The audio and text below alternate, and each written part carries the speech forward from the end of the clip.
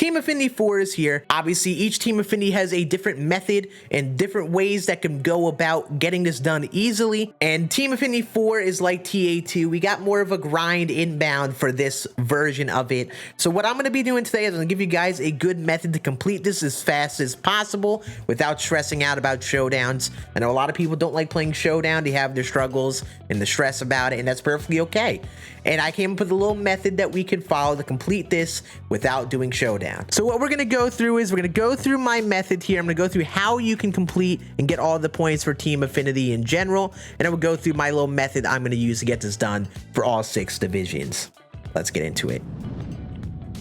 We are back with another video here, going through Team Affinity. I've been uploading a ton of videos throughout this weekend here, all with tips and tricks to help you all with getting better with the new Team Affinity players, choosing which ones you want to go for first, or just helping you build your team or complete Team Affinity like this. If you are brand new to the channel, make sure you hit that sub button if you haven't already. All about uploading tip videos on here to help you all get better at the game. Also, if you have any questions, want to come hang out with me as I grind this later tonight, come swing by the Twitch channel, twitch.tv/scan, and come hang out with us as I'm going to be grinding this out and hopefully get as much of this done as possible tonight. And also, if you learned something new, make sure you like the video. Helps get the videos out there. Let's hop on it and let's get into how to complete Team Affinity. So we have the similar stuff from previous Team Affinity seasons in terms of completing these programs, but we have some other missions and things that have been added to make this progress a little bit easier. So what we're going to be doing is first breaking down all the ways you can get points, and then after we do that, we're going to go through my method. First, you have your exchanges. You know how exchanges work. You trade in players in your inventory. Doing the 4 exchanges give you 60 stars, and I would make that a priority if you can do it. Makes life a lot easier if you could skip time by doing exchanges. The showdowns give you 3 a piece for each voucher, and then you get 5 vouchers in the showdown, so you get 15, and normally people stack them on 1 division. So that's the same as usual. Then you have your collection. If you collect 40 flashbacks and legends, you get 10 stars in the program. Most people should have 40 at this point, but make sure when you're going through this, you're using players that are already non-sell or cheap players that you wouldn't mind locking in and making non-sell, because you don't want to lock in an expensive player that you don't think you're going to keep on accident and not be able to sell them. So just be careful when doing that. You have March to October. This works the same as usual. I don't recommend doing it because it's so much of a time grind. If you like the mode, play it, but it's not going to be efficient at getting TA4 done. It's not the way to go. The conquests are back. So these are again listed by not just division, but like sections. So you have your East divisions, your Central divisions, and your West divisions. So when you're looking at these maps, you're going to get 2 done for each division. So when you do 1 conquest, you get 45 stars for 2 divisions, the AL East and the NL East in the East division, AL Central and the NL Central and the Central, so on and so forth. So conquest is definitely very valuable at getting free packs, getting 2 divisions progress at once, and just working on some of these missions that we're going to talk about here. Obviously, you have your moments here, which aren't too bad. I'd recommend getting them done for the free 15 stars that you get out of them. And then you have your tasks. Then you have your missions. There are a bunch of different types. You have some repeatable ones. So if you get a bunch of plate appearances, you get progress. You get a bunch of total bases in Ks with flashbacks and legends of that division, you get progress. Then you have your online missions. These are mostly recommended, the online ones, if you're very close to finishing and you don't want to like rush to get the last player. But again, I wouldn't really worry about these. The main missions we're going to refer to are the individual player missions. Each player is 1 mission that gives you 5 stars to complete with that player. So these are nice things to do when you unlock a player in the program. And they added play versus CPU. So if you play versus CPU in All-Star or higher, then you could also get progress for the program. And we're going to go through all of this here in a moment here. So in terms of the program, here's my strategy. I want to be very straightforward with this. This is the method I'm going to do. I'm going to first explain exactly how I'm going to get my stars. For someone who is going to plan on doing all the exchanges and do everything in the program, then you probably want to follow my exact steps. But I'm going to go through other workarounds in case you can't do all the exchanges right after. So make sure you listen to this method, because I think this is going to be the best way to go about it. First, you're going to want to do the collection moments and whatever exchanges you can do. So what I'm going to do is I'm going to do this collection in each division, get the free 10 stars. I'm going to try to do all the exchanges. I have all the subs to do it. So I should be able to get these done. 10 plus 60, and the moments really aren't long. They'll give me another 15. That'll get me up to 85 stars. And I think this is like a good starter point to set as like a starter goal. Like you should start off each program, and this is where the method kind of starts. Once we're at 85 stars, we're gonna get one player at 60 stars to choose from. You could choose whoever you want, but make sure you remember which player you choose so you can complete their corresponding mission. So when we get those 85 stars done, we're gonna hop into play versus CPU or extra innings ever mode offline, and we're gonna complete one mission quickly before we hop into anything else to get us to 90 stars to a nice even number there. So whoever you pick, put them on your team. And then what you're going to do is go into play versus CPU or extra innings, whichever mode you prefer, just because it's going to be quicker to do it this way. Hop in there and complete that mission for a player. If it's a hitter, you could hit them first, go to like a crazy stadium like the cornfield, or you could just play the away game and just get the at-bat first at Coors against the Rockies, for example. Play versus CPU. And you could get your at-bat with your player and quit and just keep on restarting over and over again until you get their mission done. Or if it's a pitcher, start them in that game. Or if it's Trevor Hoffman, use them as a starter for that game until you get all of their strikeouts done, because I think most of it is just getting strikeouts with them. And just do that in play versus CPU. Get that done out of the way first. That'll get us to 90 stars. And at this point, we're at an even number. We get another player to get hold onto, and we're gonna hop into our real method here now. At this point, you could even do this at 85 stars if you want to, but once we get to 90, make a team with all legends and flashbacks of players of that division.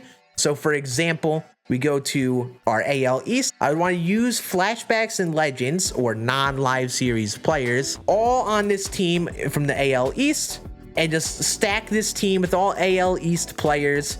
Fill up a lineup with all just that one division first, and whatever player you end up choosing in that 90 star pack so you can complete their mission next. And you'll make a pitching staff in a lineup with all players in that division. And at this point, we'll hop into the Conquest. Once you hop in the Conquest, we'll use those Conquest games to make progress on these missions. And the key missions we're really going to want to focus on, you'll be able to get these 100 plate appearance ones as you play here. So I shouldn't really worry about that too much. We're going to really focus on getting total bases and strikeouts while grinding versus CPU. When you're playing in your Conquest games versus CPU, be absolutely ruthless. Strike out as many of them as you can, get as many total bases as you can. And the beauty of it is you can set enough fans on one territory, and when you play those games to take over their strongholds, you could set it to rookie difficulty, and at that point you're lining yourself up to score a lot of runs and get a lot of strikeouts, and bang, you'll be able to do that. And you'll try to complete as many of these two missions over and over again as possible as you take over the Conquest, and you may be able to get these 100 plate appearance ones in here and there as well while you're playing games. The goal is to repeat these missions along with completing the individual player missions until you get to 115 stars.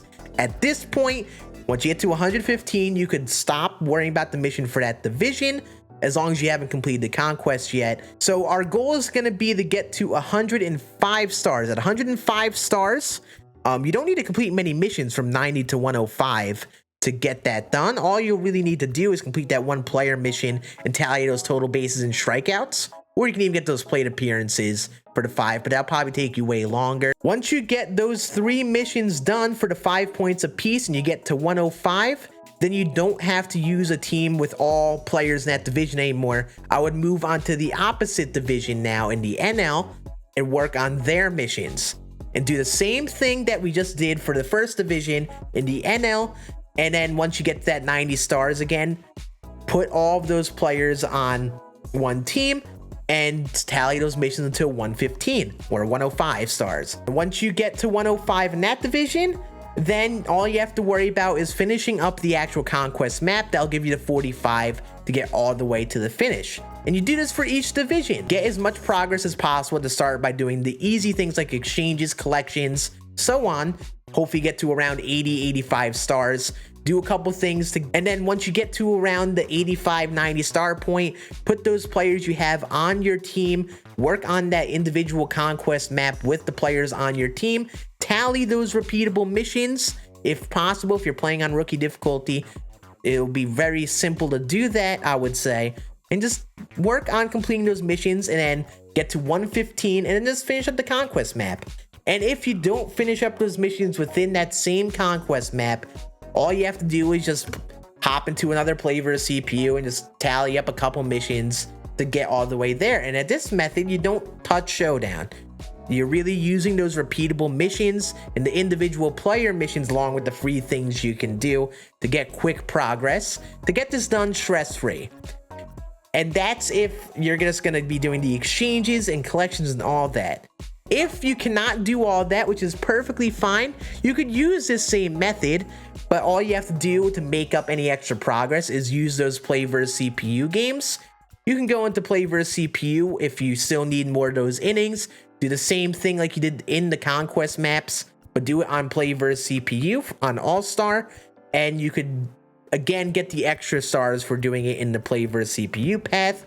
You could just do Showdown as well if you just want to do 1 or 2 Showdowns. But for 15 stars, honestly, I might not even want to do a single Showdown in this one. And use the missions and stuff to your advantage, because these could really give you good incremental progress while you're grinding something like Conquest, which also gives you progress. So any sort of makeup stuff, if you didn't do the exchanges, you can make up with that by doing some of these missions here. Tally some of those innings like we did in the conquest map, but do it in play versus CPU versus these individual teams. And that should make up for some of the progress. It's just going to take more time because you got to play 5 9-inning games. So that's the only downside with not doing the exchanges in the collection. But again, in case you're confused on what the method is, the core of what we're doing here is stacking teams with all players in this division and then using the players we unlock in the diamond packs and completing their individual missions. And the main missions we're completing are the plate appearances and the repeatable total bases and strikeouts. And this will give you a good amount of progress if you just complete them a few times, which you'll be doing by doing the conquest and such anyway. So I think this is the way to go. If someone has any comments or anything that they've done to make this easier as well, definitely let me know in the comments. The beauty of this Team Affinity now, we have so many other missions to do.